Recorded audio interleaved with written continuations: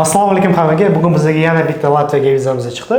Karimov Timur talabamiz RT universitetga Rigada joylashgan top 2 yillik kirgan o'qishga vizani qo'lga kiritdilar. Timur, tabriklayman sizni. Rahmat. Timur, o'zi nimaga Latviya tanlagansiz? Latviyani tanladim chunki oson viza chiqadi Latviyaga, arzon kontraktlar, sifatli ta'lim. Qaysi universitet tanladingiz? Computer Systems. Kontraktingiz necha pul? 4950 euro. 4950 euro, juda yaxshi.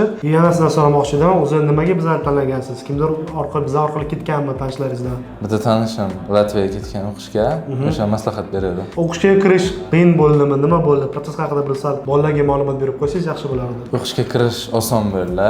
Hamma intervyular tayyorladilar, testga ham yordam berdilar. Hammasi oson bo'ldi. Arto'ga kirish uchun siz birinchi intervyuni topshirishingiz kerak bo'ladi. Intervyu avtomatik bo'lishi mumkin. 10 ta savol chiqadi, 10 ta savolga javob berish kerak. Yoki sizga face to face intervyuga chaqirish mumkin Zoom orqali. Mana bu ikkita intervyuga biz tayyorgarlik ko'rsatamiz, kuchli, poyatdan bolalarimiz o'tadi. Undan tashqari, yana matematika test ham topshirish kerak. Keyin yana agar sizlar ham computer science ga topshirmoqchi bo'lsangiz, sizlarga maslahat beraman. Ko'proq matematikaga uklon beringlar, chunki matematikasiz computer science diplomini qo'lga ololmaysizlar. Bu narsa to'g'rimi?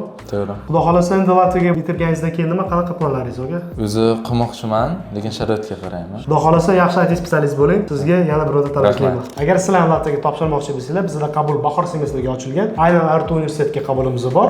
Bemalol biz orqali topshirsangiz bo'ladi. Bakalavr magistratura kirish uchun IELTS 5.5 kerak. Bundan tashqari agar sizda IELTS 5 bo'lsa, siz bemalol foundation yerga ham kirsangiz bo'ladi.